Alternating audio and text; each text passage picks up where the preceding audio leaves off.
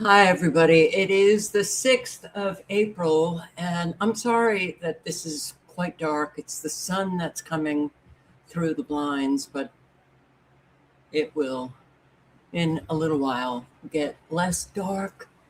How is everybody? Are you feeling the heat? Are you feeling that they're cranking it up? I'm feeling it. I'm feeling it. And I want to share something. I had today this experience that it was really kind of bittersweet. I don't the Directly across from where I live is a family, very, very nice. And it's the only one that I've, spoken to. And they have a 94-year-old mother. And the daughter is there. She takes care of her mother. And I was told yesterday that her mother was really declining very, very, very rapidly, and that family was coming in from, all over to say their goodbyes. And I watched. They have so many family members, and they were coming in and saying goodbye. And I just thought, how wonderful that there's family, and not that they don't have problems. Every family has problems. But great grandchildren, grandchildren, they were all showing up. And I was just, a spectator. Um, and I just thought, wow, what a nice. Now, I don't even know if the 94-year-old mother actually knows, because I was told that she was beginning to have dementia a couple of times. She didn't recognize her daughter. But also, how nice to have, they did not want to put her in a nursing home. No. And they did everything, to take care of her as best they could. So now, when I saw all the family, I'm pretty sure the mother is still alive, but it sounds like she's going to be gone very, very soon. And it was just something to watch this. It was really nice and sad at the same time. Hello, Sandra. Hi, Sandra. And CSE Drivers and Freedoms Ministry. Hello. Andrew Cruz, Chrissy, Sweet Barb. Hi, guys.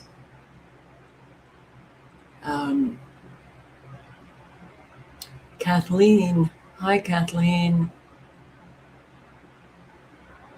Mossberg. Patricia White. How is everybody doing? Wow, I wish that you were here. I wish, or at least on the screen, I could hear how you're doing. It's really quite a time. Max, hi. All right, so let's get to weather. And not much is happening, which is nice, huh? It's always nice. We've got a lot of plasma being created, little blips of what really should be precipitation, but we don't know now. And there are no severe weather alerts, though. Looking at Florida, wow, you've got a lot of blips activating here. And maybe there are more alerts now. No, they're still active. No severe weather warnings. Well, Florida, you're not looking all swell, to say the least. You've got your thunderstorms, slow moving, and expected to increase in coverage. I don't remember ever hearing thunderstorms do increasing coverage for the first couple of decades of my life. That seems a little odd, doesn't it? Uh, Slow-moving thunderstorms are expected to increase in coverage through the early evening hours across central Florida near an approaching cold front.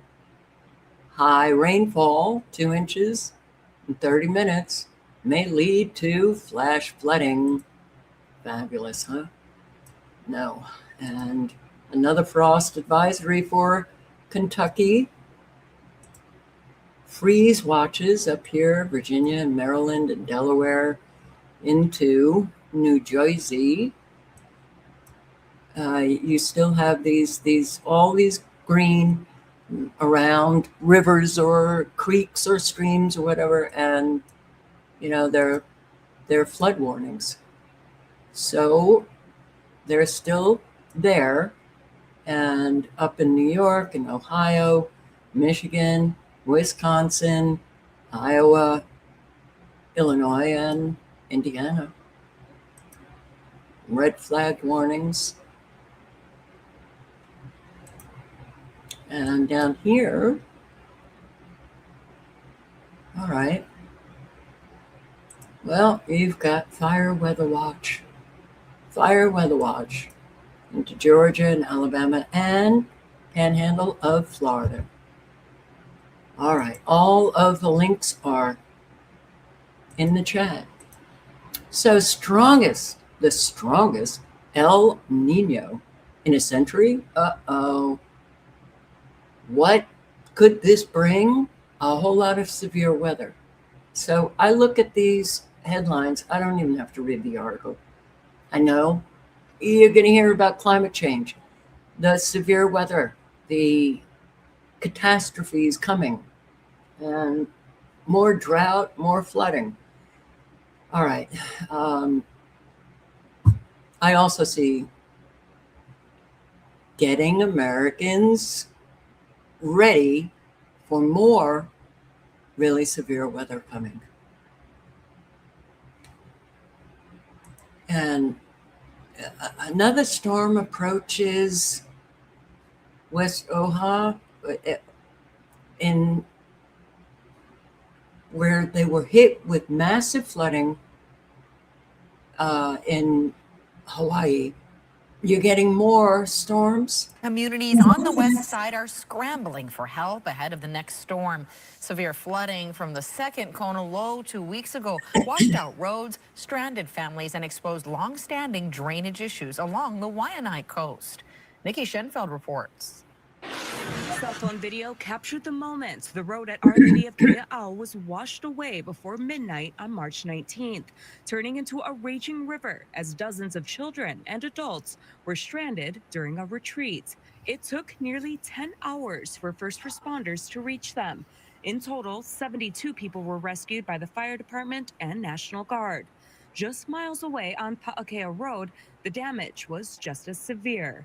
So currently we're on Pa'akea Road, and this was one of the worst, if not the worst area affected by the storms on March 20th. She says flooding here isn't new, as drainage issues on Navy lands have plagued the area for decades. All right. Yeah, I hope you're all okay in Hawaii. And how about Italy? Landslides, floods. Italy is experiencing severe weather, causing floods in Abruzzo and landslides in Basilicata. Rain, wind and snow are bringing incessant downpours to central and southern Italy.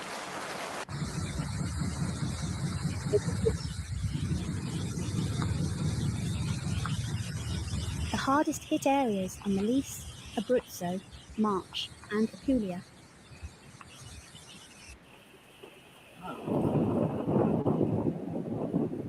Okay. On the morning of April 2nd, a bridge over the Trigno River collapsed on the Adriatic motorway.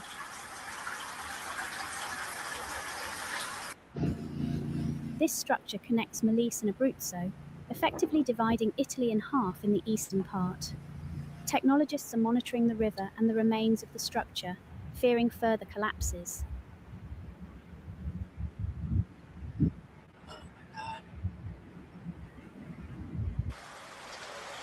Flooding and a bridge collapse have become symbols of a catastrophic day for central Italy.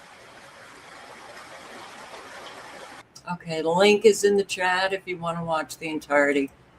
All right, people really need to start questioning, these storms that are bringing about massive destruction all over.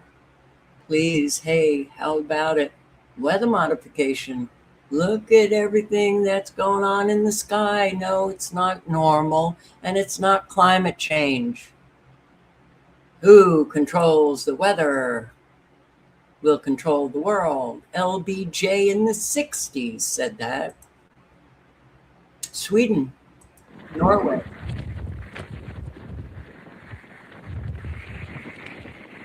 In early April, fueled by an unusual temperature gradient between a lingering Arctic cell and a surging warm front from the south. By the time it made landfall on Sweden's west coast, meteorologists at SMHI, Swedish Meteorological and Hydrological Institute, had upgraded warnings to orange and red across several counties, including Västra Götaland and Värmland. The storm's name itself became a viral sensation before the winds even arrived. According to reports from TV4 Nyheterna, the storm was named after a Swedish man notorious for his extraordinarily loud snoring, a humorous prelude to a weather event that would soon prove to be anything but a joke. The city of Gothenburg and the surrounding Bohuslän archipelago bore the brunt of Dave's initial fury. Hurricane-force gusts clocked at over 35 meters per second, as drainage systems failed to cope with the combined pressure of heavy rain and a... Of course. Okay, the link is in the chat. I'm just,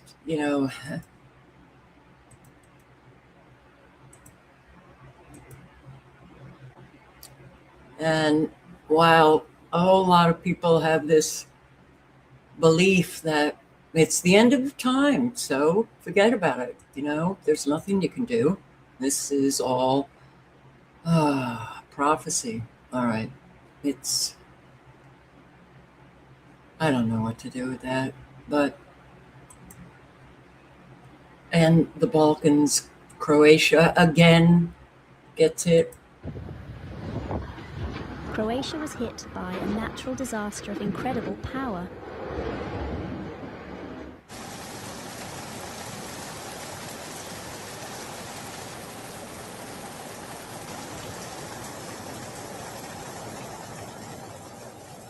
Kilometers per hour.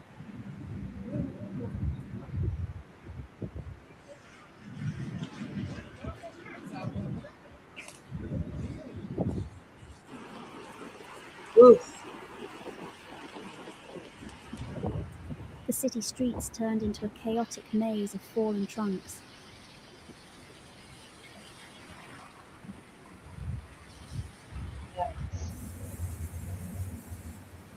I'm with you, Marcia.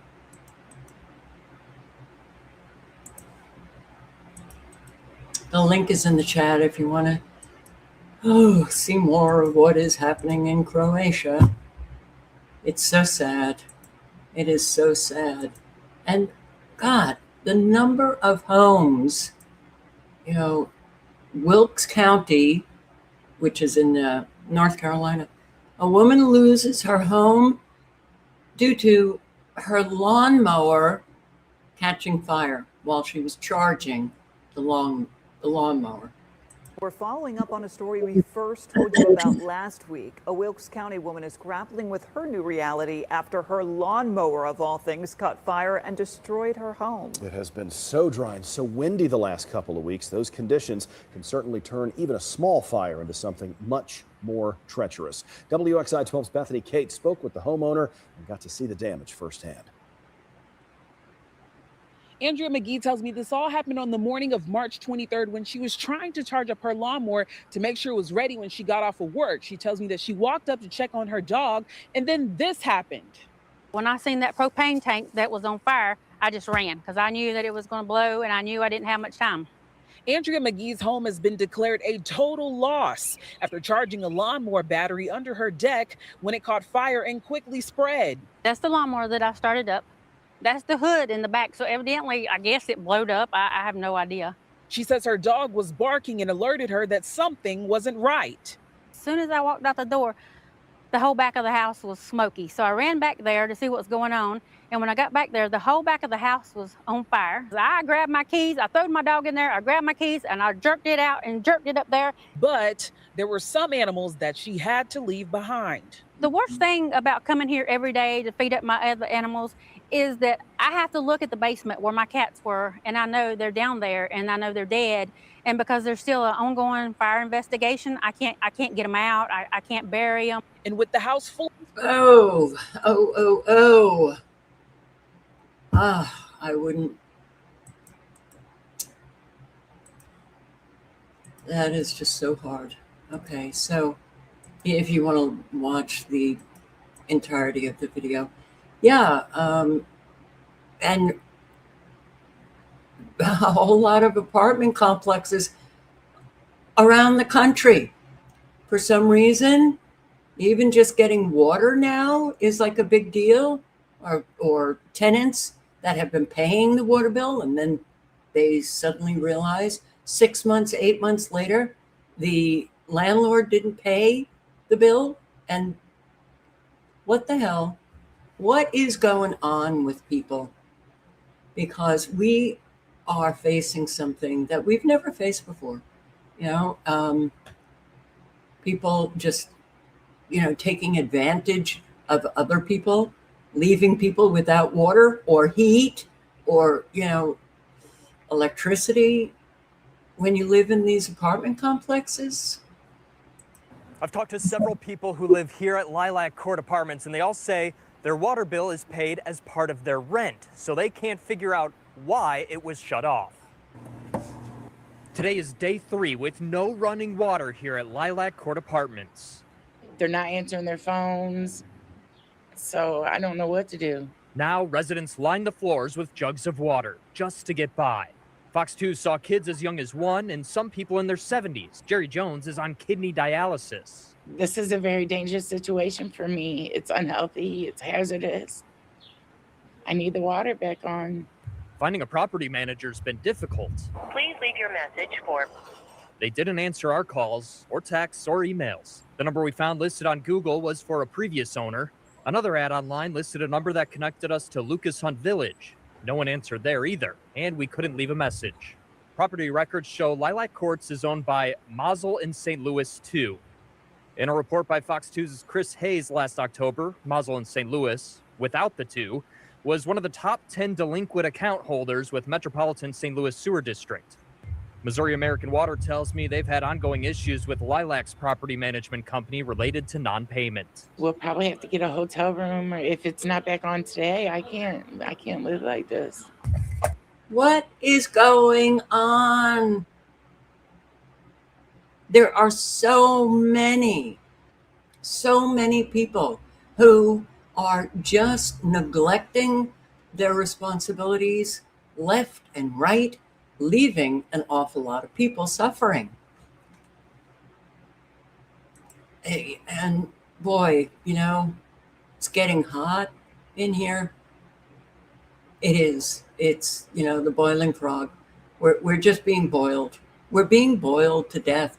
Diesel surges above $8 in San Francisco. Okay. So my neighbor, my new neighbor, is a truck driver. He's and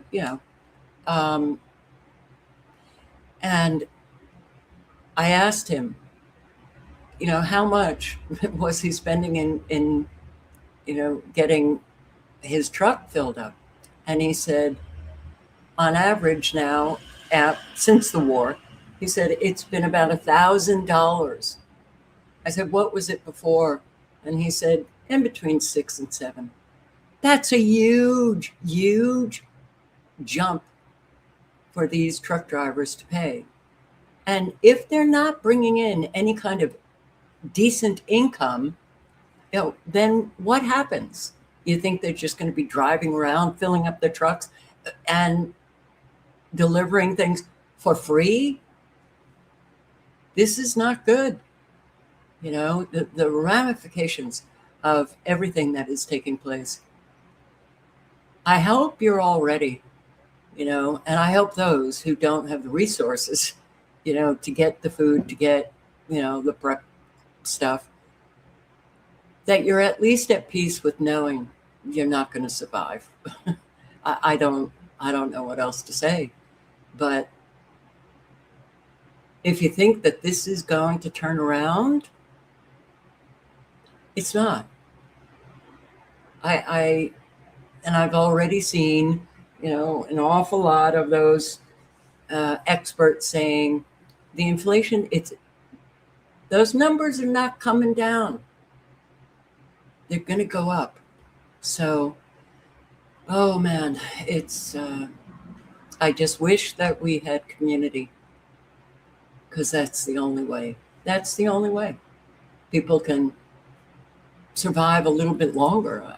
You know, and then when you listen to so many people and you realize, whoa, you know, it's these, and I appreciate all the people who put these compilations together, like Homestead Journey. This is another channel of hers, Homestead Journey Clips.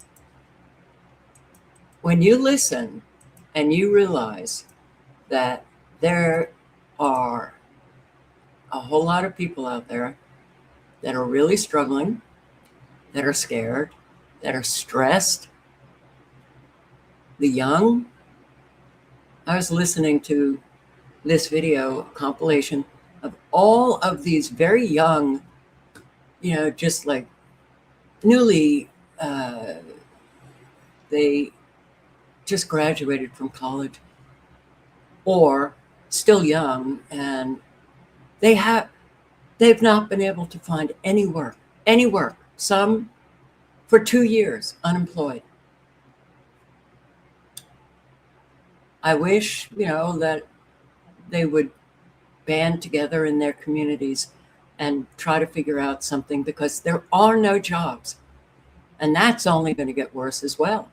So, and any parents out there that you have these high school students that are looking into colleges, don't do it.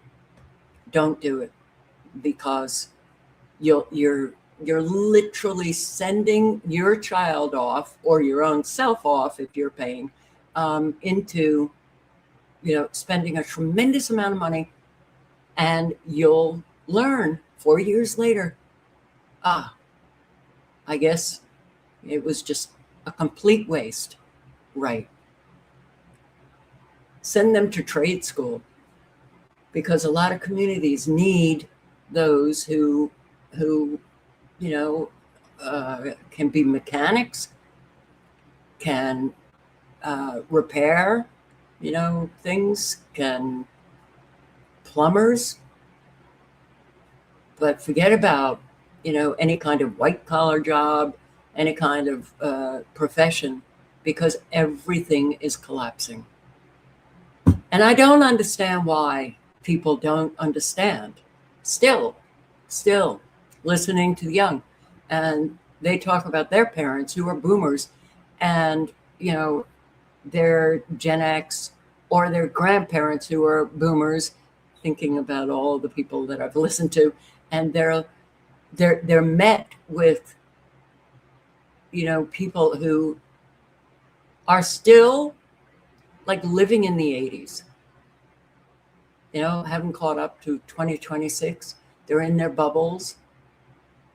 Boomers, if you ain't helping your kids, your grandchildren, doing everything that you can, you know, to help them out, something very morally wrong with you. Here we go.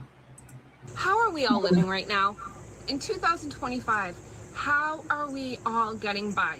And this is no way political, so please leave that behind at the door. But in reality, friends, fellow Americans, how are we living? How are you getting by?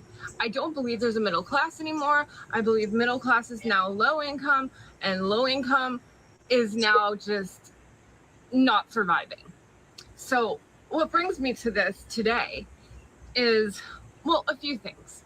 One thing, for example, our town has been building these apartments, and every town is required to give so much percentage to affordable housing.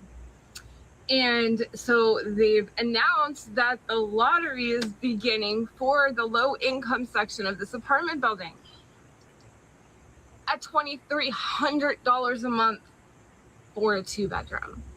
A 1-bedroom was like $2,100. That's how much you would have to make basically a week. And that's low income. Our state senator on Facebook announced that. Very exciting news. I called it out. Many people agreed. Some didn't. Affordable housing, 2-bedroom, 2,300. 1-bedroom, 2,100. And that's the case with a lot of these new apartment complexes that they're putting up. And yeah, they claim, because a lot of them, that's the condition. Okay, we agree. You can, build affordable housing complexes, but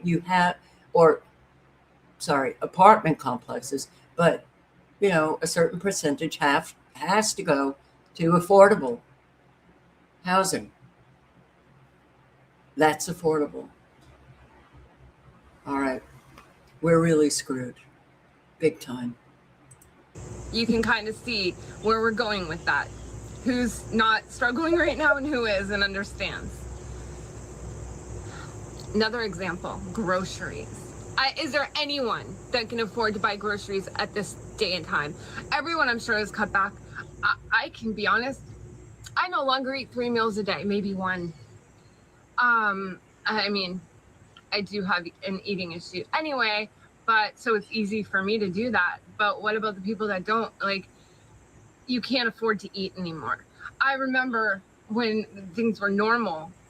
I have a Market Basket as our local grocery store, and I could get a full week's worth of groceries for $100 or less. Eggs were 99 cents. It was just the affordable grocery store. It is still the most affordable grocery store, but that $100 is now $300. My son buys the same groceries every week when he was by himself, before he had his son. And it used to be between 40 and 50 bucks. He was a single guy.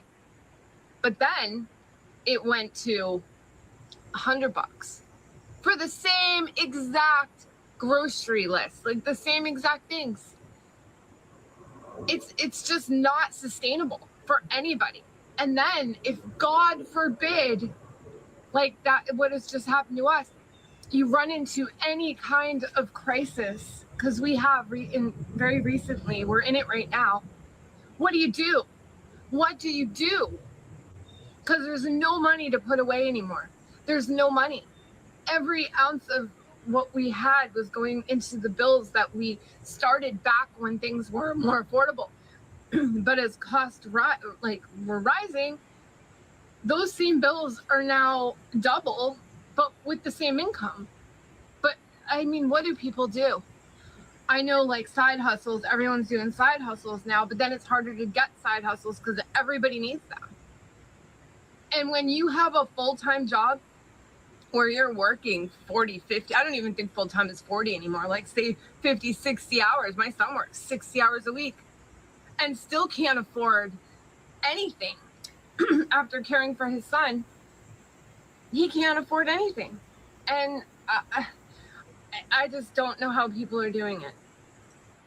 All right. Well, that's why I continue to say the only way is community, everybody banding together, stop listening, to all of the bullshit politicians and your local and state politicians,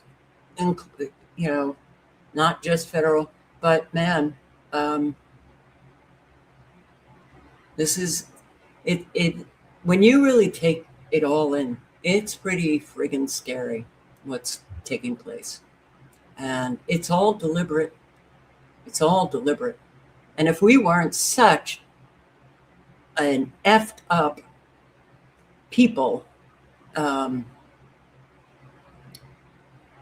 yeah, we could have band together and we could have demanded something else.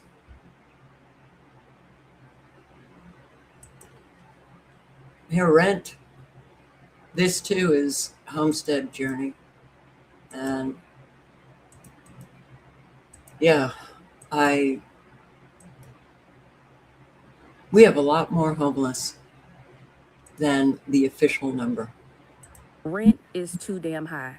The cost of living is too damn high. And I don't understand how the government thinks that that is sustainable for the American citizens.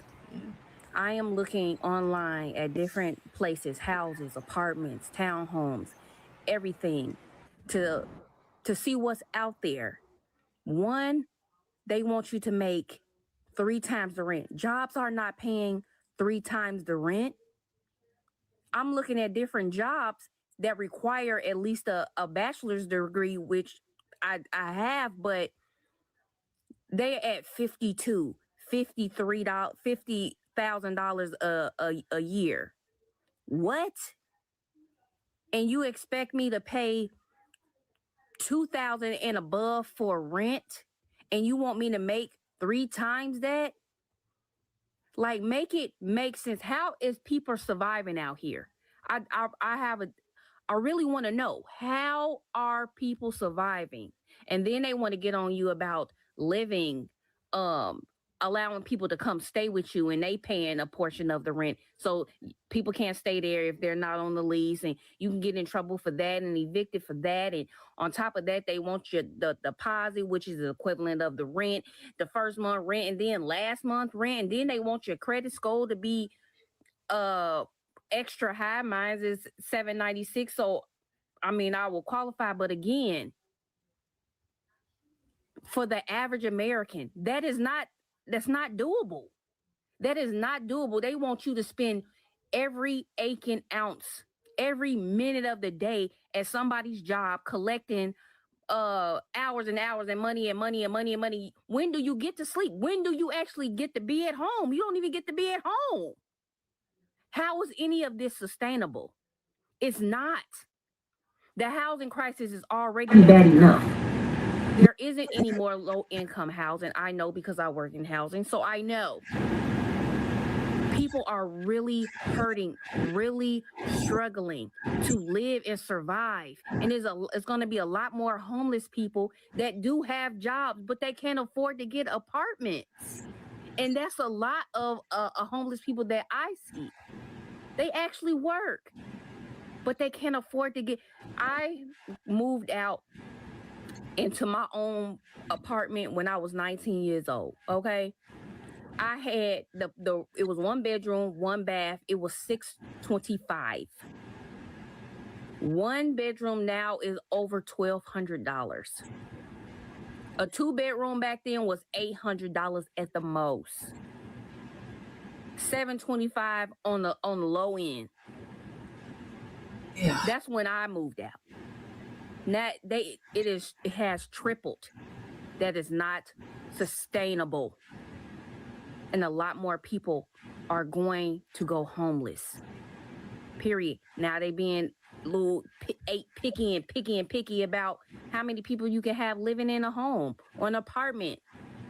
But how do you expect people to survive?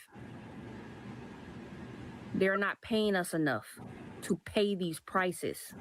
This is not sustainable. And eventually it's gonna bust. And it will bust.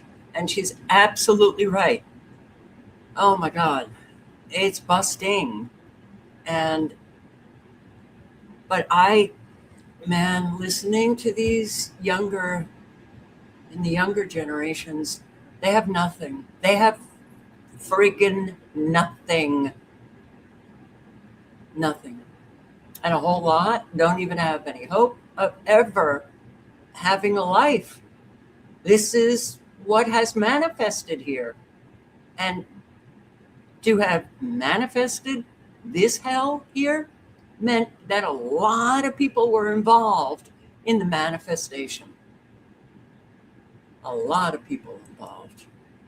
And here we uncovered a housing scam trapping millions of American seniors. Oh, really? I'm sorry, but we cannot respectfully have media on the property. There's something the private equity owners of this mobile home park in Central Florida don't want you to see. We have to refrain from filming, photographing. No activity may proceed until our communications representative has contacted you. Can we get your contact information? Absolutely.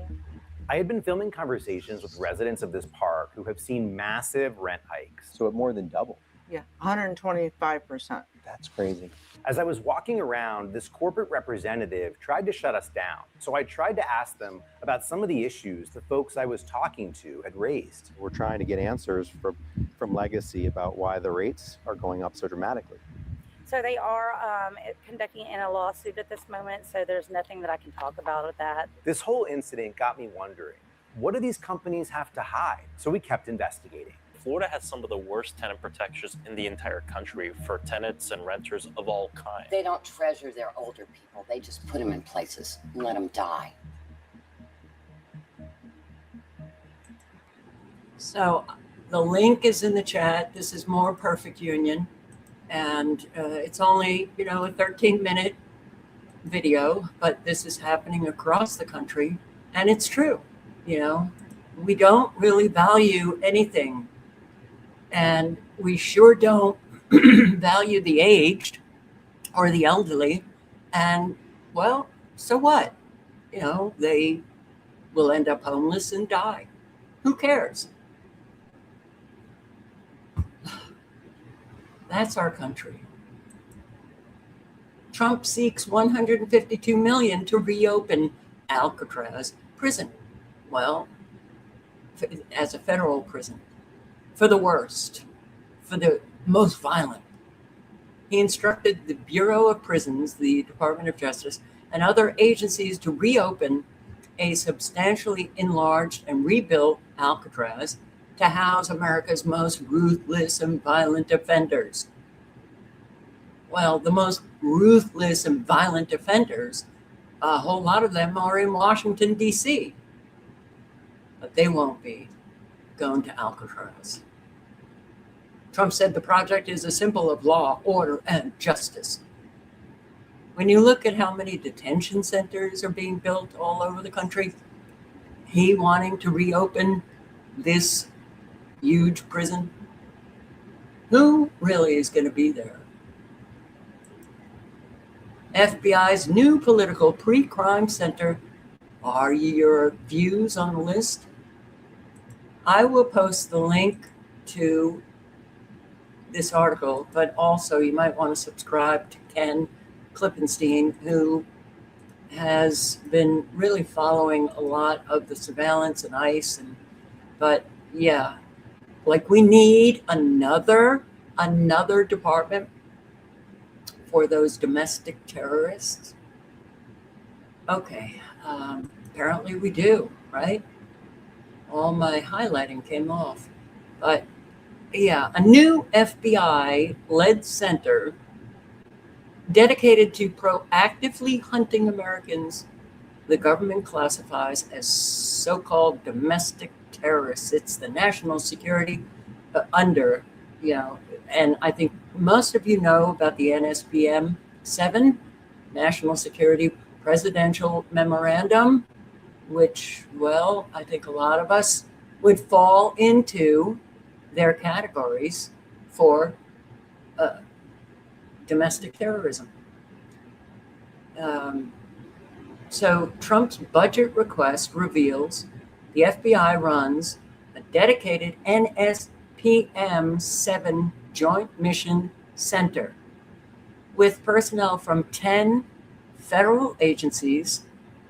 It is busy proactively identifying domestic terrorists motivated by any of these following beliefs: anti-Americanism, anti-capitalism, anti-Christianity, support for the overthrow of the U.S. government, extremism, on migration, extremism on race, extremism on gender, hostility towards those who hold traditional American views on family, hostility towards those who hold traditional American views on religion, and hostility towards those who hold traditional views on morality. Well, since a whole lot in government have their own definitions, which, well, for sure, they have their own definition of morality, since I'm sure they all feel like they're very moral and they're, well, the antithesis of what we would think is a moral human being. Hostility, well, who defines that? Who is doing the define? Oh, our authoritarian officials. That's who defines it. So if your political views are practically anything other than MAGA, you're on notice. The new center combats those supposed threats by integrating intelligence, operational support, financial analysis.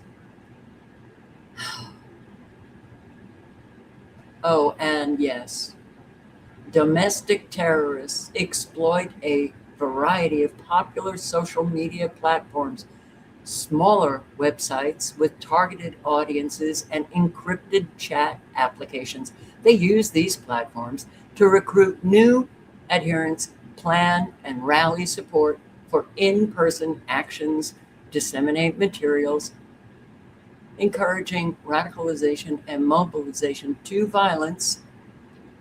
And yeah, Kash Patel, who is like, you know, how the hell, as a FBI director, Kash Patel, you don't even need to just look at him, okay? Just look at him, okay? But he would investigate every single person on the Discord channel. That's what he said. He said that. Investigate every single person on the Discord channels used by accused killer Tyler Robinson. Oh my God. Okay. Well, apparently most on Discord, which I've never been on, but most are gamers. They're not terrorists. Shortly after Kirk's death, Patel announced the Bureau was investigating the possibility of accomplices, vowing to run down all theories and questions about outside involvement, including a possible foreign nexus. Well, he found nothing. And so now they have our profiles. They know what they want to know about us. And it's only a matter of time before a whole lot get picked up. Yeah, that's where we're at in the good old free US of A. And if anybody can't see how this country has turned into quite the tyranny, that we've got the authoritarian nutcases who happen to hold positions of power. If you can't see this at this point, you don't want to. And you make yourself a danger to all of us. Oh, man. Drug crisis. Now look at this. All right, this is Philip. Is this really happening? Is this really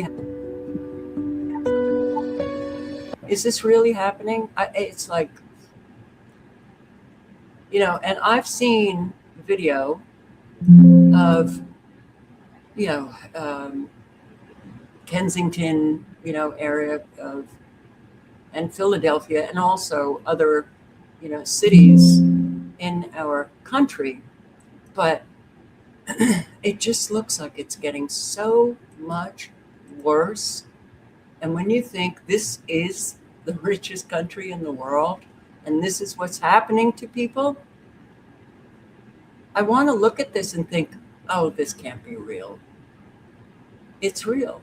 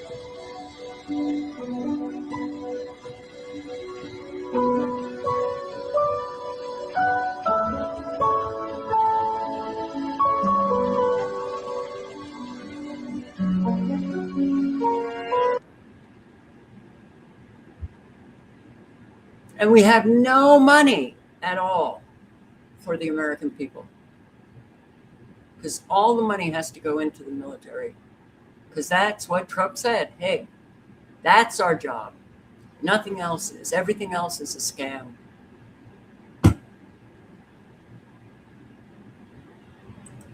And US and EU negotiate biometric data sharing deal. And as I'm reading this, I'm thinking, New World Order, one world government.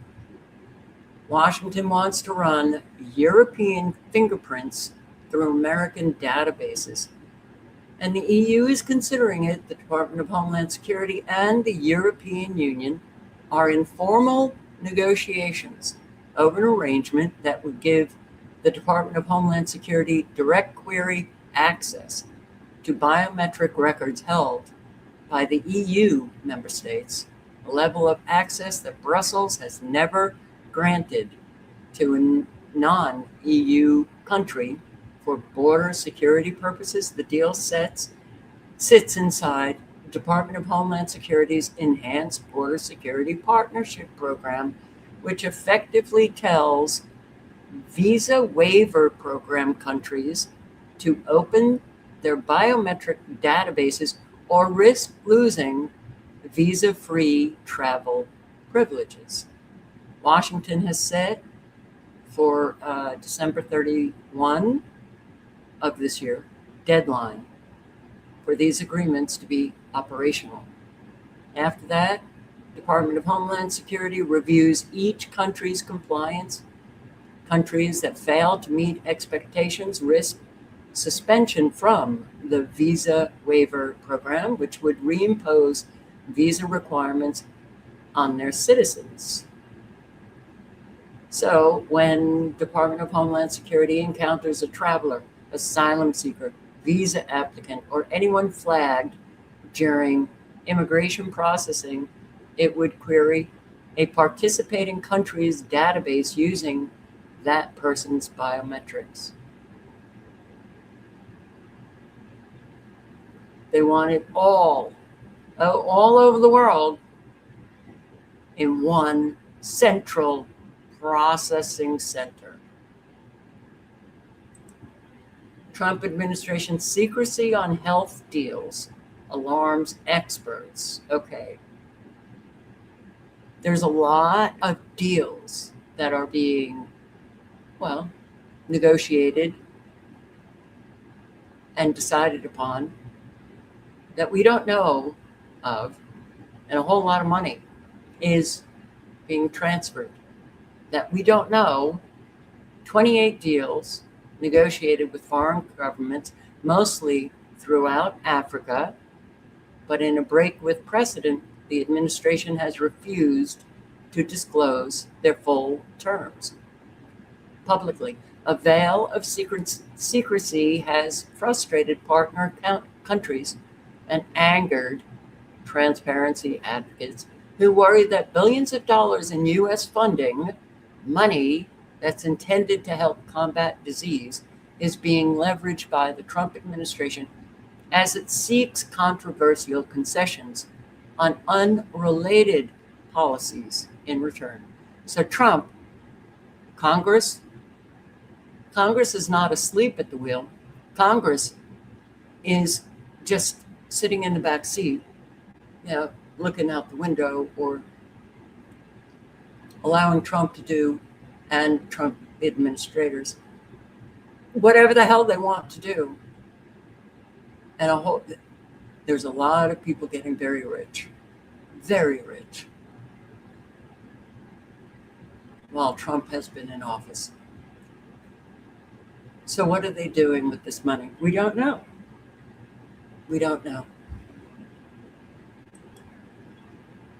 And this AI stuff, man.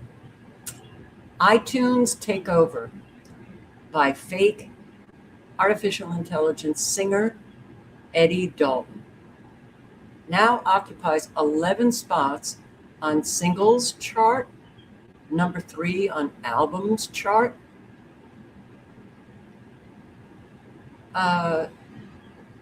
Dallas Little, content creator, unleashed 4 more songs by his AI creation.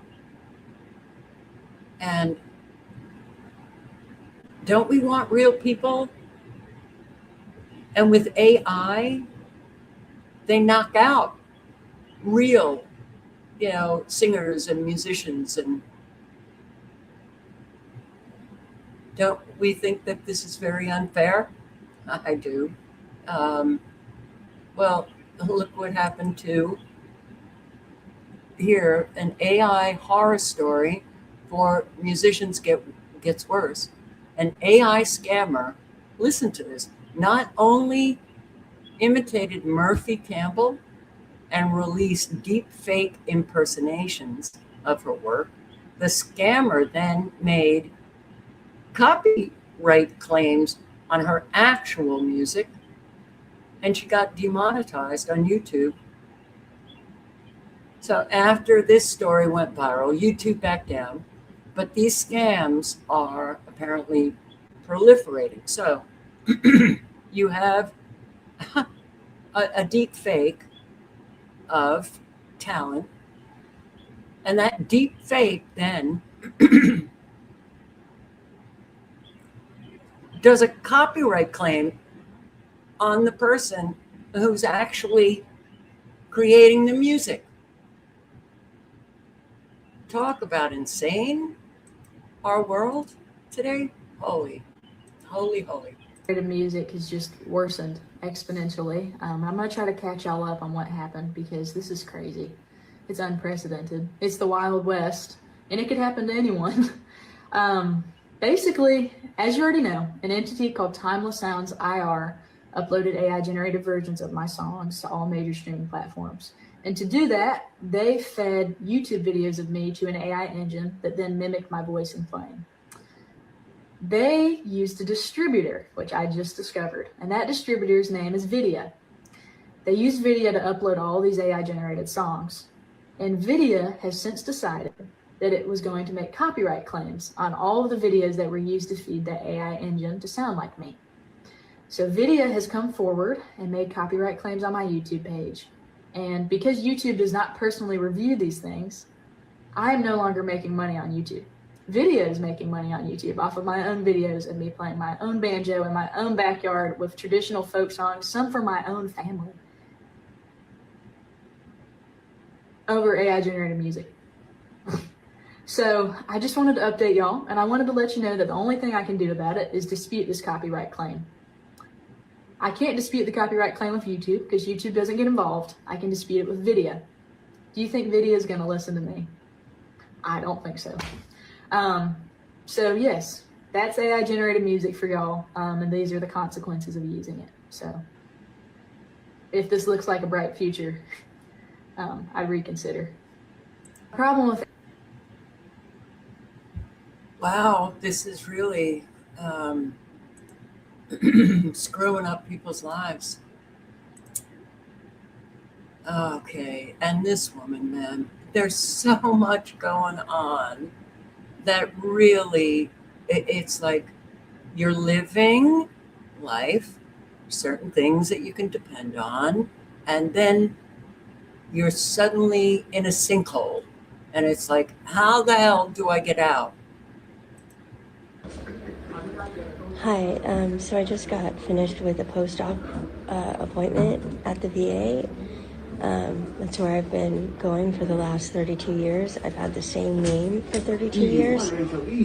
And today they asked me for my driver's license in addition to my veterans card, and the names don't match because I kept it the same the whole time. I've been divorced for like 18 years, and no one's ever questioned that.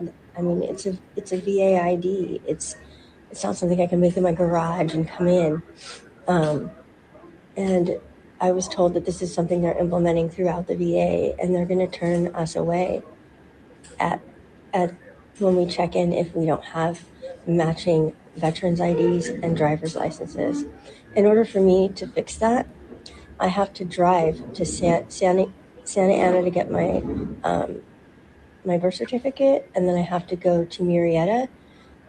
That's another 80 miles east to go pick up my divorce papers, and then my marriage license was done in Las Vegas. I'm not even sure how I'm going to get that, but I mean, and I don't have a car, so I'm going to have to rent a car for all this. So this would cost me like upwards of $1,000 going to get my just so I can get my care. We need to stop this. Trump is hurting veterans, and they're hurting people that you love. And anyway, just do something. The SAVE Act. So when you're listening to her, think about all of like the married women who, well, if you wanted to vote, if people are still casting votes, you better have that name on all, whatever name is, for the married women. If it's different from your birth certificate, you can't vote.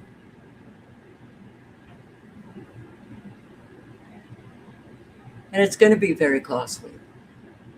So for those stuck in the matrix who do want to vote, get a passport, which is costly.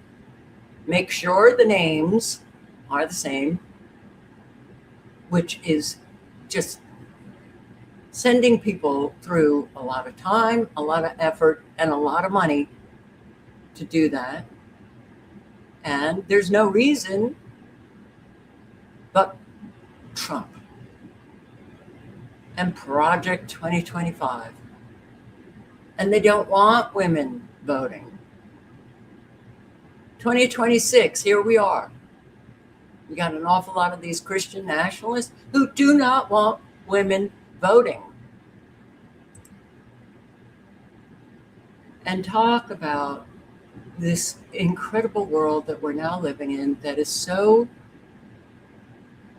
you would think that people would recognize the problems and ditch the technology, but no on-site doctor. A dental student died in ICU, overseen by remote telehealth physician who pronounced him dead on a video screen. And this 26-year-old dental student, Connecticut, died in intensive care that was overseen by remote telehealth doctor in ICU. All right, I'm just, this world, man. You would think that people would recognize there's a lot of problems and then take action. But no, this stuff just continues to persist, and it gets more and more wide scale. Family's legal complaint says the ICU and its operators, quote, violated hospital policy because no on-site doctor assessed Connor Hilton's assessed Mr. Hilton from the time he was admitted to the ICU until after he exhibited seizure-like activity. How is this even possible?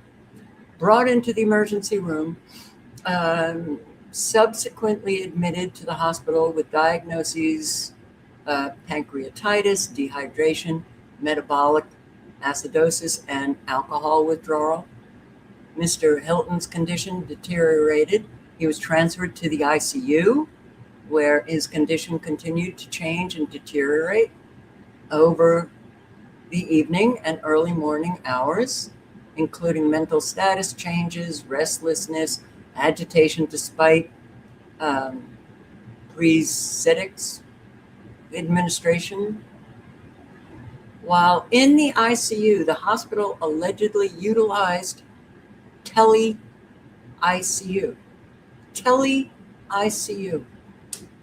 with the complaint noting that there were no ICU intensivists, whatever that is, present at the time. Instead, the hospitalist, in this case, never saw the patient. Never saw the patient. And then you have a whole lot more. I think they just want people dead.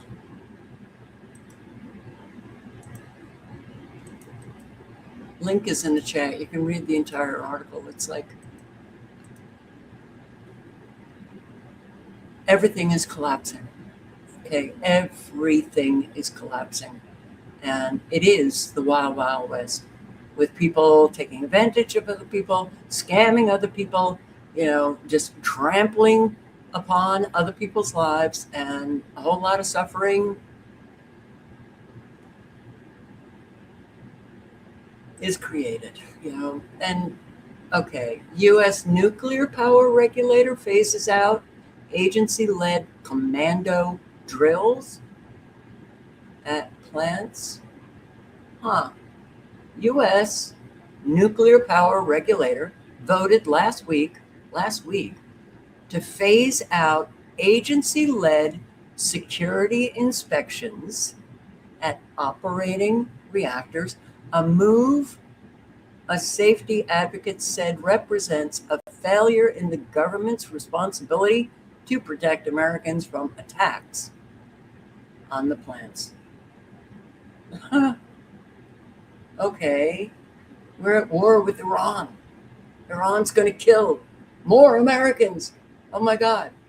And what about those, the Iranian cells that will, we've been warned already for terrorist attacks.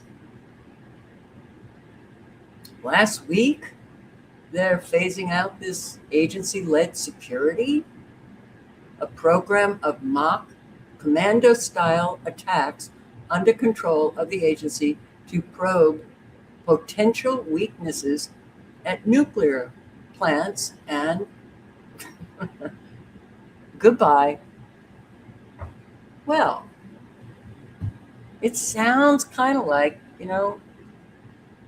a false flag is coming.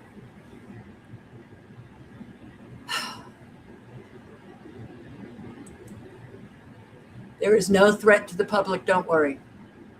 Don't worry. 4 military drones from Fort Campbell, they were stolen. But what I find interesting is this was months ago, this article. And, it was actually March, but when did this? It was November 2025. They say that this article is an update.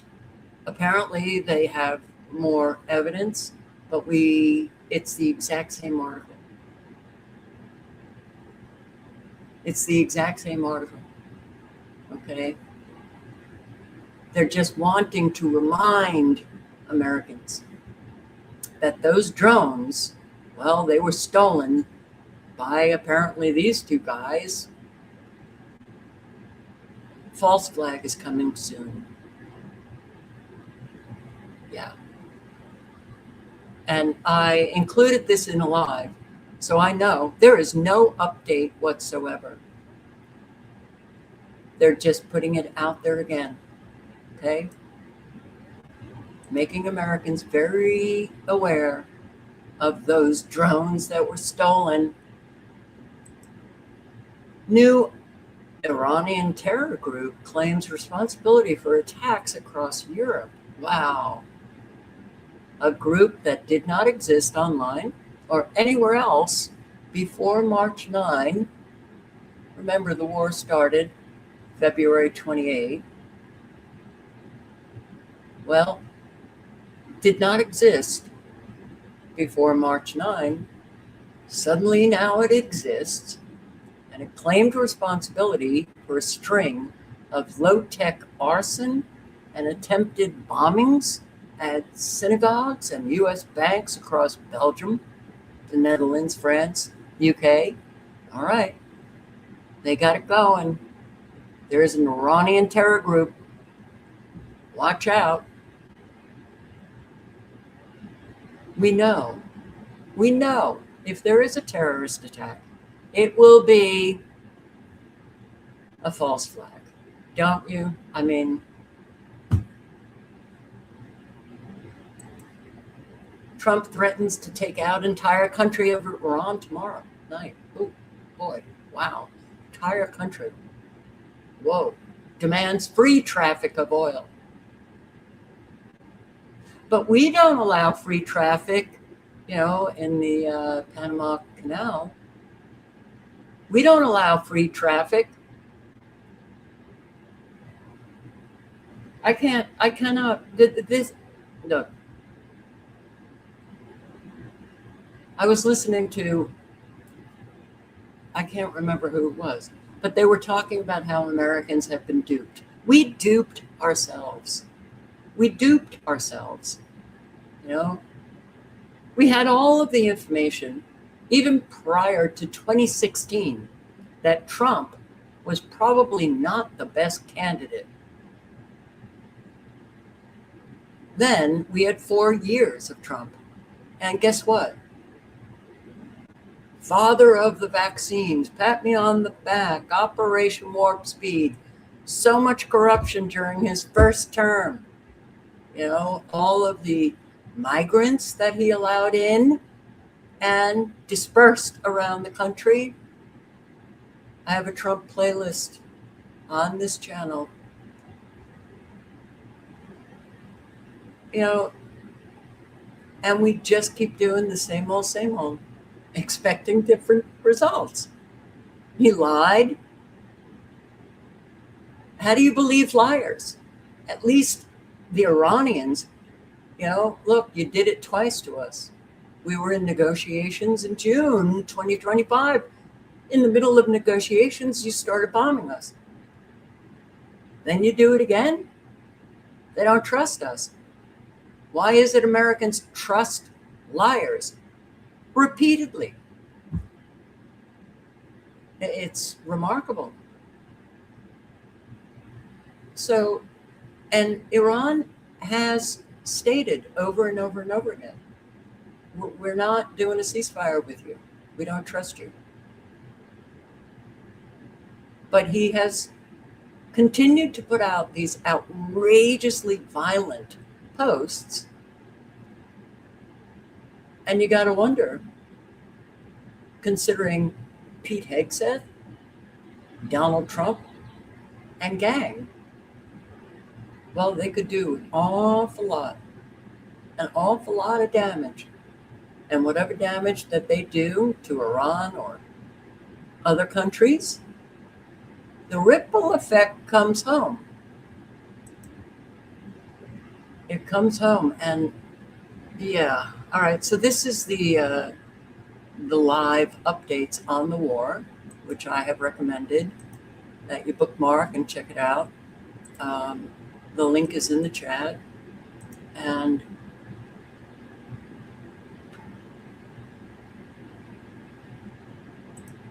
We're crazy. We are crazy. This whole country is, we're suicidal. All right, so this is I can't highlight on this because every time I do, there's so many updates that the highlighting gets screwed up. World Food Program warns Iran war could trigger global food crisis. U.S.-Israeli strikes kill 6 children in Tehran. Iran rejects Gaza-style truce that exists on paper while U.S.-Israel can attack at will, which is what they do. What we do, what they do. We don't adhere to ceasefires. We just keep violating them. 15 Americans wounded in Iranian drone strike on Kuwait base. Was it worth it to just remain silent and let this guy do? Ugh. IMF warns Iran war will raise prices. Don't we know it? Higher inflation, slower global growth. Iran objecting to any kind of ceasefire. This is so outrageous. Trump says Iranians, they're animals. Right. And the Syrians and all of the trash talk of a people, this is so,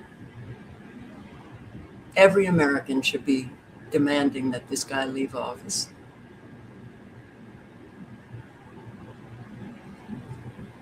It's amazing. Iranians are animals. That's what he posts or said. Therefore, bombing their civilian infrastructure like power plants would not be considered a war crime. How would it not be a war crime to strike Iran's bridges and power plants? A reporter asked Trump. His response, because they killed 45,000 people. The number just keeps going up with Trump. 45,000 people in the last month? In the last month? Oh, how'd they do that? He's talking about the protests in January. They are animals. We're the animals. But I don't even want to say we're animals because animals are, cool and nice. They're not like the predatory human animals. And I have to say, wow, you get really tired of this. Really tired. So he's talking about the casualty numbers, the brutal crackdown. According to official figures, it's 3,117 people were killed. And then think about, Mossad, CIA, the guns we gave to the Kurds, and our influence on that protest. Animals, okay? Look, 4 years we had of this guy saying the most outrageous things about other leaders in the country. Assad. I would have to look, but it was like, you don't have leaders, not the United States president, coming out, behaving in atrocious, undignified ways that is shocking. Well, what happened? That's what he was doing the first term. He's only gotten worse.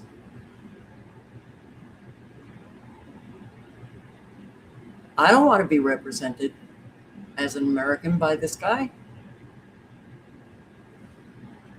It's embarrassing. It's shameful.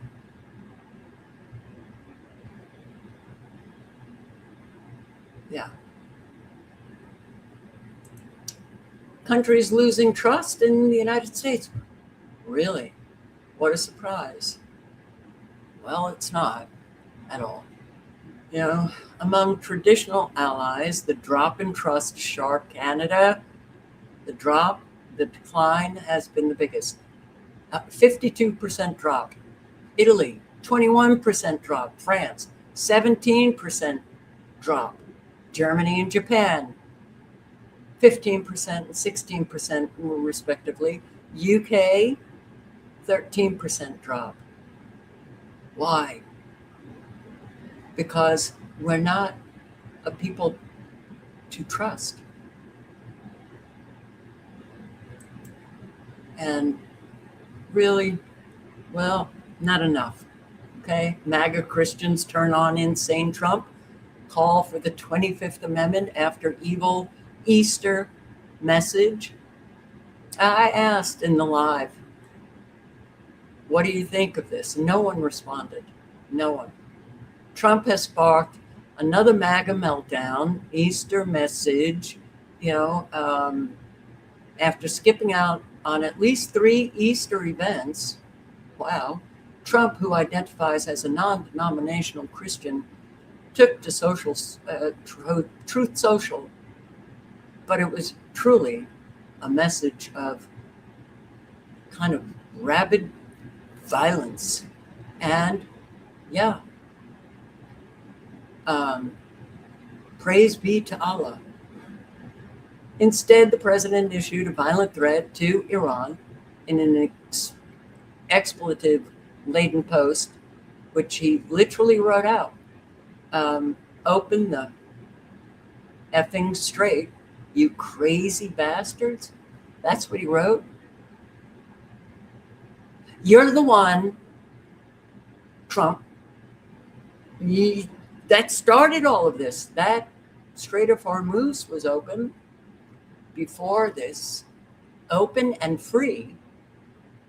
It was free and open. But you bombing, well, Iran has the right to exist. You'll be living in hell. Just watch. Praise be to Allah. All right. Well, and Marjorie Taylor Greene, okay, so she's, what she's saying is true. Told the Trump administration to beg forgiveness from God. So what did she write? Everyone in his administration that claims to be a Christian needs to fall on their knees and beg forgiveness from God and stop worshiping the president and intervene in Trump's madness. I know all of you and him, and he has gone insane. All of you are complicit, but Marjorie, you didn't see it for a long time. On Easter of all days, we as Christians should be reminded that the Son of God died and rose from the grave so that we can be forgiven once and for all of our sins. And, well, I just want to say, I think Jesus said something like, all right, go, I'll forgive you of your sins, but sin no more. Jesus commanded us to love one another and forgive one another, even our enemies. Green wasn't the only MAGA member. I don't know the others. Praise be to Allah. Allah. This is like praise be to Allah on Easter. No response from anybody yesterday. It's really sad. So I don't even know who these people are. Vance Murphy. I'm a 6-time Trump voter. You should be ashamed of that, because Trump, what, you liked hearing the pretty words? You didn't know that he was a chronic liar. You voted for him 6 times. You're so stuck in the matrix, you can't see straight. And it's only with this Iran war that now you're beginning to see something. There's something wrong with that. So he says, I have devoted thousands of hours to defending him and helping him get elected. That being said, invoke the 25th and let's try to salvage anything we can from this disaster. America first. Clint Russell, I don't know who, Liberty Lockdown podcast, also accused Trump of going insane and betraying MAGA, losing a ton of followers. Don't care. I'm right, you're wrong. This war is an abomination, and Trump is clearly insane. Well, he look,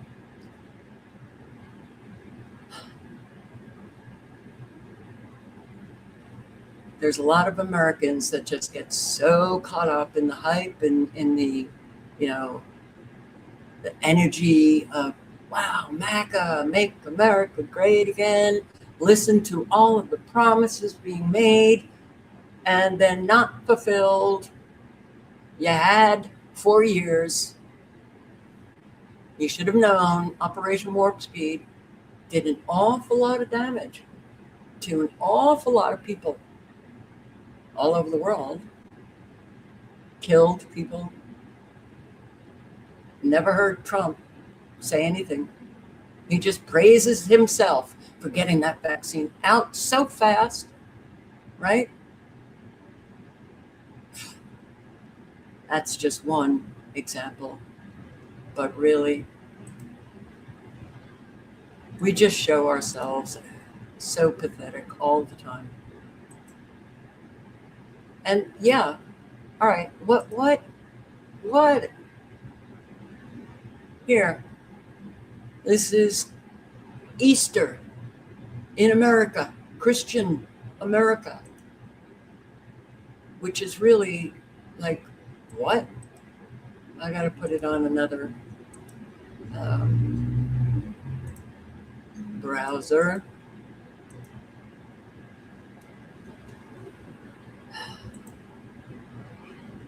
I think we need to start getting real, right? We really need to start getting real. Just let go of all of the labels that I'm a Republican, I'm a Democrat, I'm a Christian, I'm a Jew, I'm a Muslim, I'm in this, I'm in that, I'm that. Get rid of it all and grow up and just try to do your best every day, not for yourself, but for others. Top 5 megachurch Easter services. Let's go. Coming in at number 5, we have the Easter Experience at Free Chapel Church in Georgia. Now, they've got everything. I mean, they've got people swinging around on those little, rope dance swingy things. Now, I'm not a scholar, but I don't think that's what Jesus looks like. I might be wrong, though. Coming in at number 4, we have Life Church in Oklahoma singing Benson Boone. I gotta admit, I'm a little confused what that has anything to do with Easter, but he's hitting those high notes, though. Coming in at number 3, we have Victory Church in Georgia. This has to be my favorite one. I would so sign up for this job. This guy's not even dancing. He's just swinging for the sake of swinging. Number 2 is going to have to go to Lakewood Church in Texas. This is Joel Osteen's church, potentially the GOAT of prosperity gospel. This is pretty self-explanatory. I don't think I need to say anymore. The number 1 spot has to go to none other than Transformation Church with this interesting Easter play. We have the devil rapping about killing Jesus. We have this guy who's just rapping about getting money. I don't know what that has anything to do with Easter either. Congratulations, Mike Todd. You have the number 1 spot.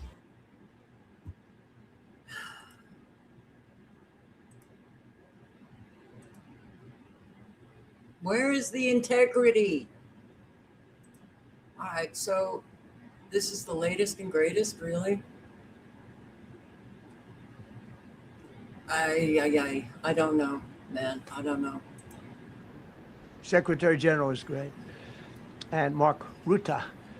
He's a great person, but he's got, and you know, it all began with, if you want to know the truth, Greenland. We want Greenland. They don't want to give it to us. And I said, bye-bye. Okay, thank you very much, everybody. Thank you. Wow, man. Yeah. His frustrations with NATO all began, if you want to know the truth, Greenland. We want Greenland. It's not giving it up? I guess not. What does that mean for us? What does that mean for Greenland and Denmark? And the guy is so crazy. He is, it's,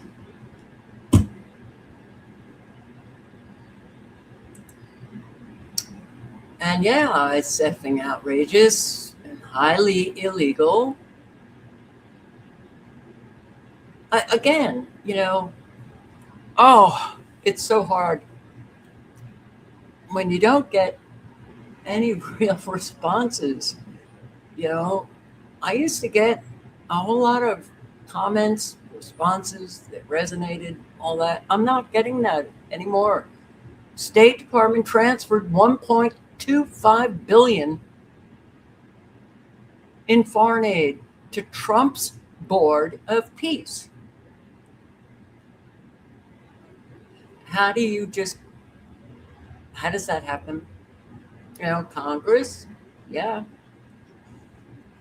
They have the purse, but I guess they just handed it over to presidents, and Trump is really making a fortune off of just stealing an awful lot of money. Moving the money from here to there to his Board of Peace. $1.25 billion goes right off to his Board of Peace. Something's wrong with that, okay? This is not a U.S. department. It's Trump's Board of Peace that he created. Everybody should really be so pissed, but no. So yeah, he's grifted his entire life. Now, you know, he's really, you know, gung-ho, taking whatever he can. Trump openly tells Fox News host that brown people's genetics make them prone to violence. The violent madman in the White House saying this. A lot of them were let in here. They shouldn't have been let in. Others are just bad. They go bad. Something wrong. There's something wrong, dear. So the genetics are not exactly, they're not exactly your genetic. It's one of those problems, Brian. It's a terrible thing, and it happens. And it happens too often. So a lot of them were let in here. They shouldn't have been let in. Oh my God. Iranians are animals. Brown people, their genetics.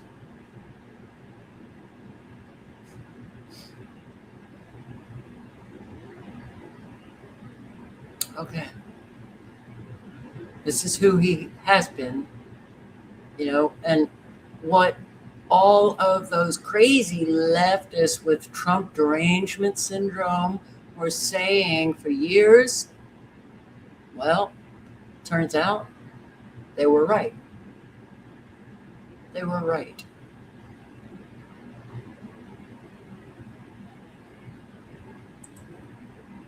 Ambiguities in U.S. Hollywood style narrative of pilot rescue operation. And that's what we love, the drama and the lying and doing details, right? Detailed lying.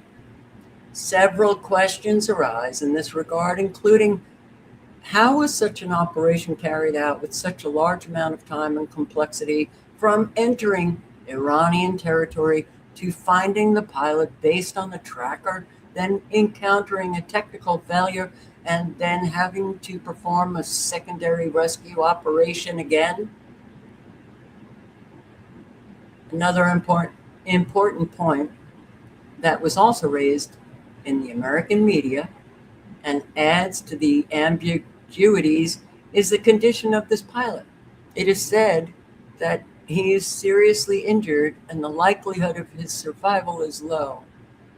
This is while no clear image or document have been published about the first pilot. Do we even know the names? Who was allegedly rescued, and there are serious doubts about his fate. Okay, well, you listen to Trump. Oh, military is the best, and they did this miraculous rescue. And I guess people go, yay, we're so great. It's all bullshit. Everything's bullshit. Iran rejects ceasefire initiative and cites distrust of United States. They have repeatedly. So Trump just keeps, moving the deadline of a ceasefire. Why would you want to enter negotiations with people who lie to you, betray you, and then want to kill you and drop bombs? Ceasefires reveals they often serve merely to create pauses for the strengthening of forces in preparation for further aggression, he argued, and this is the Foreign Ministry's spokesperson. He argued that no rational person would engage in such tactics, insisting that Iran's demands must be respected alongside the avoidance of cycles of ceasefire and war. One of those demands is they will continue to control the Strait of Hormuz and to ensure that they're not going to get bombed again. All sanctions lifted.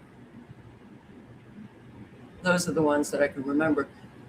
But negotiating under the threat of ultimatums and war crimes is inappropriate, especially when the enemy is intensifying its acts of aggression, which is what is happening. We're bombing hospitals, we're bombing universities, we are bombing residential places. Why? Why would they enter into negotiations? When, he asserted that all focus must be on defending the country. And Trump's suicide move likely to bring consequences of war into U.S. territory.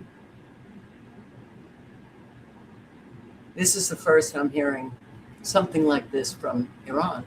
The informed source pointed to the recent threats made by Trump to target Iranian power plants and bridges and noted, quote, after several failures and retreats, and of course after today's historic defeat in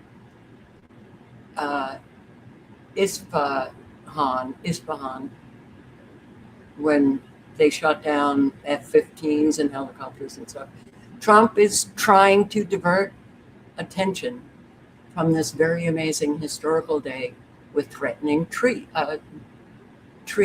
I should call them treats. Iranian armed forces have foiled a U.S. attempt to rescue a downed pilot, destroying several aircraft, including Black Hawk copters, and a military transport plane.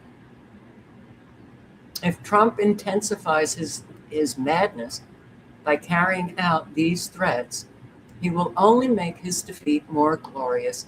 And of course, he should know that in this case, in addition to burning all American interests in the region, the consequences of the war will probably reach American territory. He clarified that he does not mean firing missiles at America and added that Trump had lied about this issue before the war and is lying now. They don't have missiles that can reach this country. But Trump will see that they will experience severe turmoil from within American territory. Well, activate the cells. What else would you do?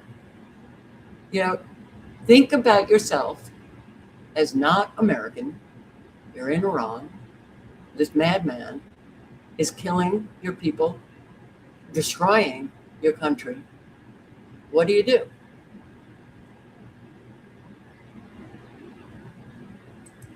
And Trump hints he may use a nuclear weapon against Iran. The entire country can be taken out in one night, and that night might be tomorrow night. Both members of the crew ejected from the aircraft and landed alive. The entire country can be taken out in one night, and that night might be tomorrow night. Both members of the crew ejected from the aircraft and landed. We should not remain silent when we hear, this president talk like this. And former Israeli politician Yoav Gallant, who I shouldn't say what his position was, but I think foreign ministry or something. He's calling on the president to completely flatten Iran. Trump saying no target is off the table, including civilians. And then you have these Israelis on Twitter posting these videos of Iran, their missile attacks, and they are like, why is the world remaining silent? Because you have very violent nutcases in your government that have been calling for the killing of a whole lot of innocent civilians forever, actually. But it really heated up in October of 2023.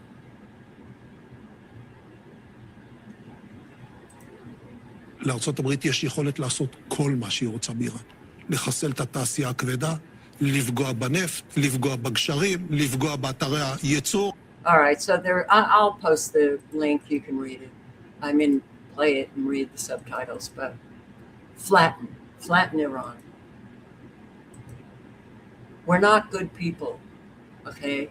And I don't mean everyone, but on the whole, Americans, Israelis are just not good people. The link is in the chat. And Trump threat could push the entire Middle East into darkness. What happens if U.S. hits Iran's power plants? Iran goes to the Stone Age. Then the whole region follows. Eye for an eye. It's not going to stop Iran. All of those countries. Well, what does that mean for the United States? It means that all of those countries, when they are flattened, those investments are no longer. Petrodollar, gone. Iran is under a direct threat by the president, right? What the U.S. president does in 24 hours is anyone's guess. We don't really know. But if the Americans do strike in a significant way Iran's power plants, do you see that changing the outlook for Iran?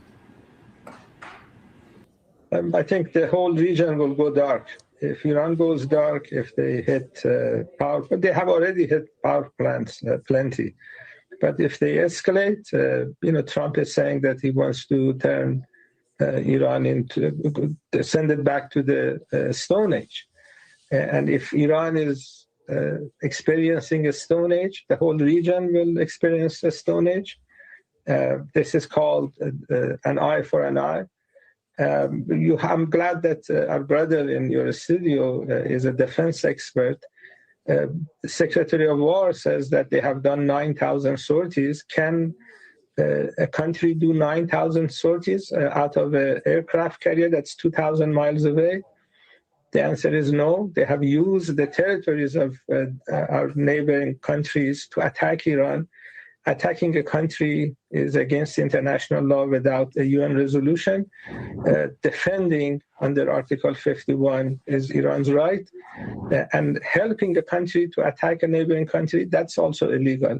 So the best way for Trump to find an off-ramp is to declare victory. He can declare victory today. He has that ability. And then go and take over Greenland or Canada or do other mischief. But if he does to Iran what he's talking about, he's not scaring anyone here. At the end of the day, he has to pay for all these damages, or his friends have to pay for all these damages. And Iran will respond. Iran has no other choice. Yeah, well, look, I don't think that Trump didn't realize the consequences of attacking Iran. I'm quite sure at least somebody might have told him that, yeah, the consequences are big. This isn't Libya. This isn't Syria. This isn't Iraq. This is Iran. Very smart people. And you think they didn't know about the missiles? Of course they did, right? So Trump has put the world in a very vulnerable position. Everybody should be rip shit. Iran threatens complete and utter annihilation of OpenAI's $30 billion Stargate data center in Abu Dhabi. Okay, well, go ahead and hit it. But Israel considering unprecedented partnership with Syria against Hezbollah. What does that mean? They're partnering with ISIS. We are the terrorists here, okay? Israel, United States, and Syria now, the terrorist countries. And yeah, well, quite clear with this guy partnering with Syria, the Syrian army led by former ISIS commander al-Shara, which his name was different. That's what they just changed the names. Al-Qaeda becomes ISIS, and I can't remember the name of this commander who actually Trump said, brought him to the White House and said that he was a good-looking, strong man. Commander, ISIS. I mean, how much information do people need to realize that maybe Iran was not the terrorist state? Maybe we are. We are absolutely 100% the number one terrorist organization. No, throughout history, no other country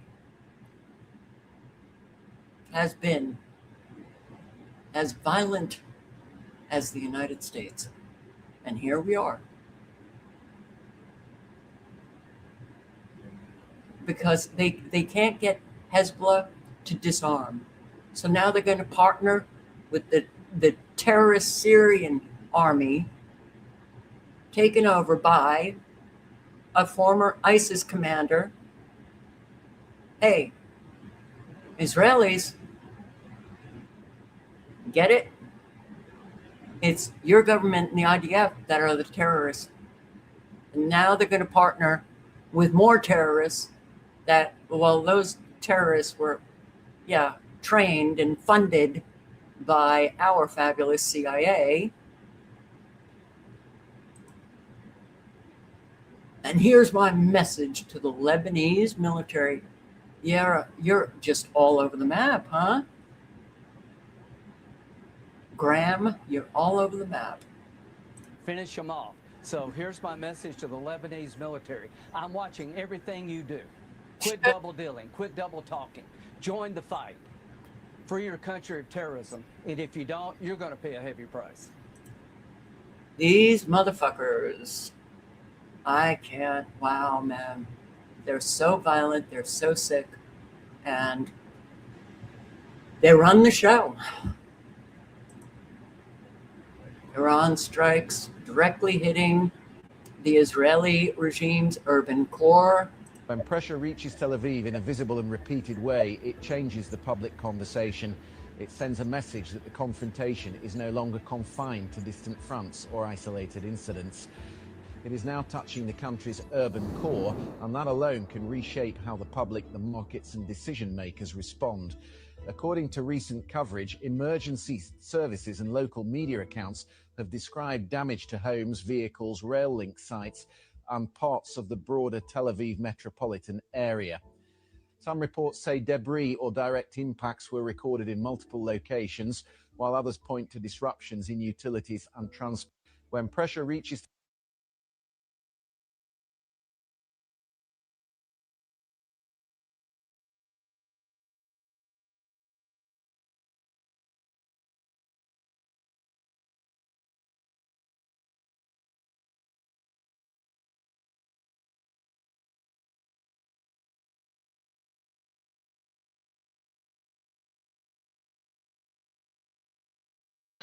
Yes, this is the main issue and the main focus right now. So far, 4 people were announced to be injured. One of them is in a severe condition, and later the hospital that he was taken to announced that he is in a moderate condition, so he is in a better situation. On the other hand, the rest are in a mild condition, with a few people that were also suffering from a shock as well. So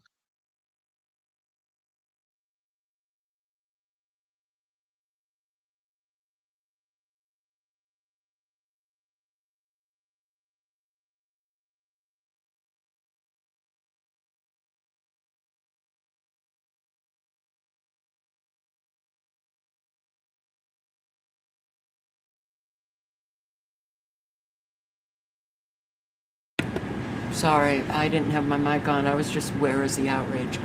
Where is the outrage? Eyal? Where is the outrage? It's nowhere.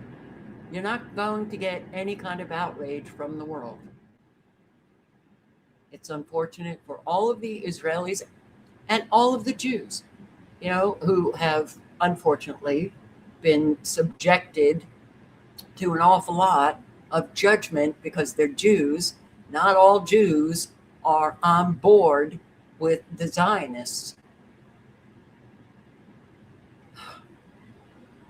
But you're not going to find it because too many Israelis have posted their glee with the killing of so many innocent people.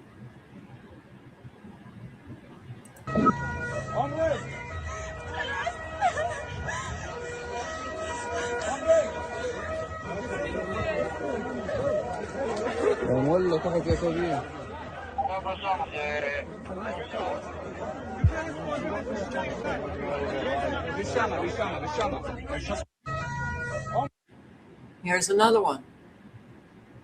Until when will the world remain silent on the targeting of civilians? I'm sorry, Dr. Mira Yafta. Sorry. I'm sorry, you're not going to get it. I shouldn't really apologize. Look at what you've been doing. Child statistics published by the Gaza Ministry of Health, 21,510 children killed by Israel, 41,283 injured by Israel, 24 missing 864 permanently disabled by Israel. 1,268 sustained brain and spinal cord injuries by Israel. 4,000 needed treatment abroad. 5,305 deaths of children under 5 years old. Mortality rate under age 5, 13.6 per 1,000 in 2022 compared to 35 per 1,000 in 2025. 300 cancer patients, 158 blood diseases, 27 deaths from these diseases, 58,554 total orphans, 49,758 lost their father, 6,103 lost their mother, and 2,693 lost both parents. You're not going to get the outrage. You're not going to get it.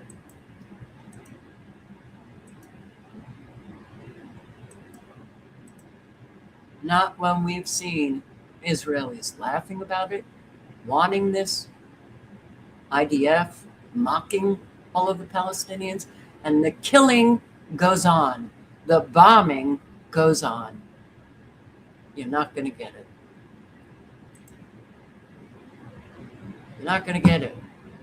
Israeli soldiers take turns beating a young man who appears to have Down syndrome. This is why you're not going to get it. This is just one video of countless videos.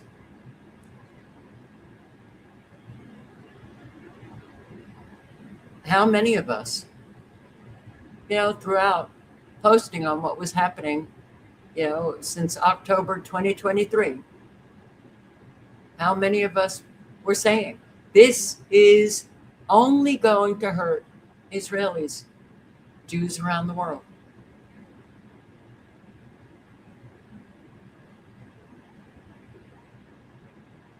And now a whole lot of Israelis are experiencing what they supported going on with another people, your neighbor. Well, at the moment, Adrian, rescue workers are looking for potentially up to 4 people who may be still trapped. I think the number is 8 dead now with the missile attack in Haifa.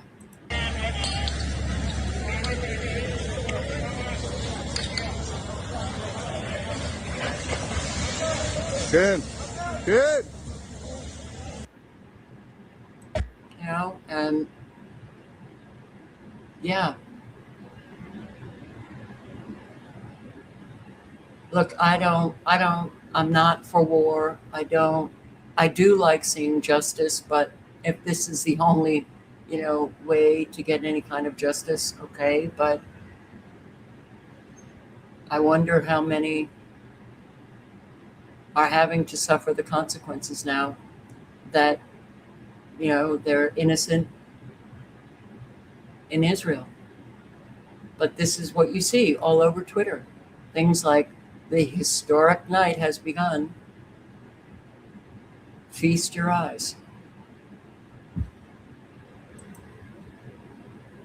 Feast your eyes. And Iran strikes CIA-linked terror group in northern Iraq.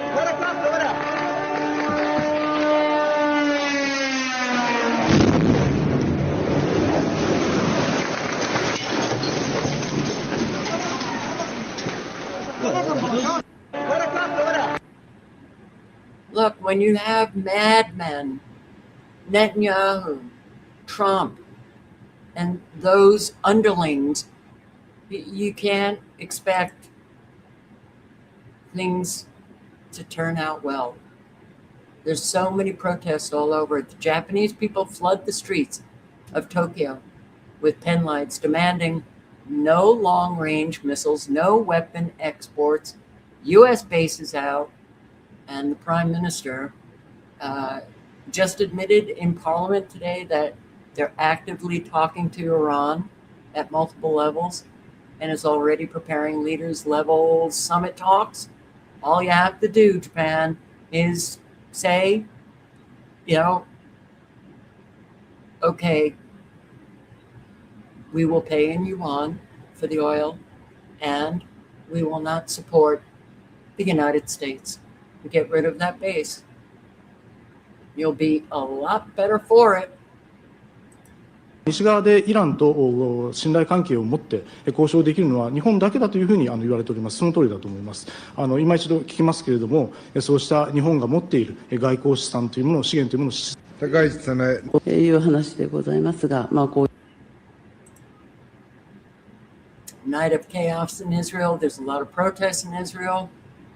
And we've seen throughout the years the protests to try to get rid of Netanyahu, protests to stop the bombing and killing of Palestinians.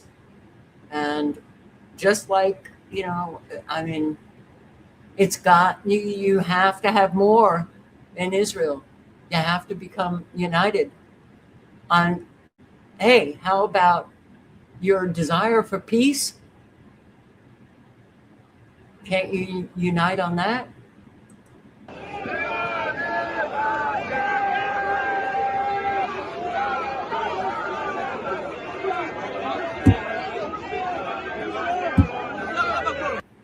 right, well,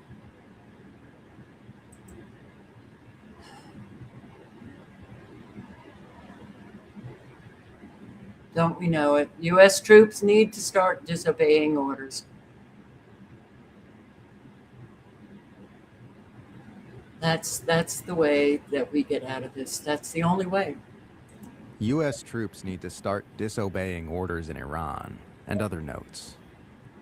The President of the United States has a batshit crazy post on Truth Social once again threatening to blow up civilian infrastructure in Iran, saying, Tuesday will be Power Plant Day and Bridge Day, all wrapped into one in Iran. There will be nothing like it. Open the fucking strait, you crazy bastards, or you'll be living in hell. Just watch. Praise be to Allah, President Donald J. Trump. At this point, if you're in the U.S. military, you have a moral obligation to start refusing orders. Desert. Become a conscientious objector. Ideally, get everyone together and launch a full-scale military coup. We're in Mad King territory. Someone's got to do what needs to be done. Promoters of this war told the world it was about liberating the Iranian people from tyranny to bring them freedom and democracy. Now that they got their war, it's about bombing them back to the Stone Age, stealing their oil, and blowing up their bridges and power plants. The only people dumber than Americans who bought into Trump's ending the wars shtick are the Iranians who believed the United States was going to bring freedom to their country. The Jerusalem Post just ran an opinion piece on Zohran Mamdani, which includes the sentence, "It is time for the mayor of New York City to stand in solidarity with Muslim leaders who eschew anti-Semitic tropes such as genocide and occupation, and are committed to a new, broader regional alignment in the Middle East." It's been fun watching Israel apologists invent anti-Semitic tropes in real time. The words genocide and occupation are anti-Semitic tropes now, apparently. According to pro-Israel groups like the Anti-Defamation League and B'nai B'rith, the phrases Epstein Class and Operation Epstein Fury are also recent additions to the no-no list. In reality, these so-called anti-Semitic tropes are just effective talking points used to highlight facts that are inconvenient to Israel and its allies. Every relevant human rights group on Earth agrees that Israel is an occupying force in the Palestinian territories. Every relevant human rights group on Earth has accused Israel of genocide in Gaza. The phrase Epstein Class makes the rich and powerful people who rule our society look as creepy and suspicious as they should look. Operation Epstein Fury highlights President Trump's place in the Epstein files, which a majority of Americans believe played a role in his decision to attack Iran. We see this all the time.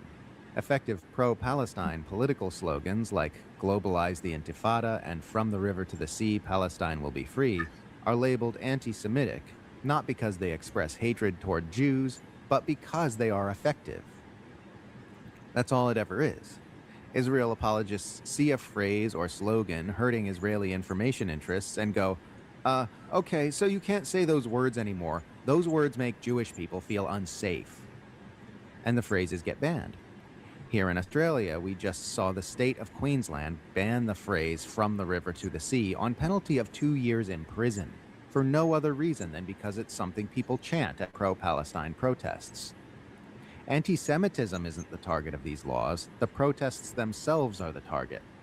They're designed to shut down pro-Palestine demonstrations by making so many speech suppression laws that nobody would attend one without a lawyer present to advise them on what they may and may not say. All right, I'm just going to post the link, and you can listen to the remainder. Yeah, obese tuna. You have to admit, this post does seem unhinged. No, it is absolutely 100% unhinged. And this is the President of the United States. All right. This, if nothing else, has alarmed Americans, and we might have said, oh, to themselves, we really do have a madman in the White House. This should have done it, but no response. Well,